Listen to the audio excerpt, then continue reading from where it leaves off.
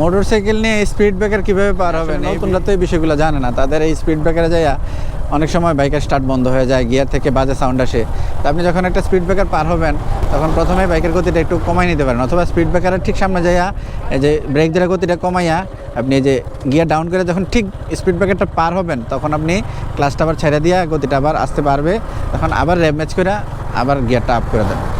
তো সামনে আরেকটা স্পিড ব্রেকার আছে, আপনাদেরকে আবার দেখাই।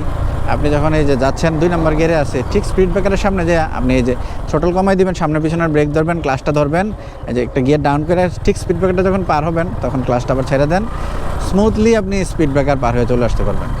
এই যে একটু 3 নম্বর গিয়ারে দেখাই যে 3 নম্বর গিয়ার স্পিড ব্রেকারের কাছে যে আমি এই যে সামনে পিছনের ব্রেক ধরে গতি নিয়ন্ত্রণ করলাম, ক্লাচ ধরলাম, গিয়ার ডাউন করলাম, গিয়ার ডাউন করে একটা স্পিড ব্রেকার পার যখন হইলাম ক্লাচটা ছেড়ে দিয়ে আবার গতি বাড়াই দিলাম।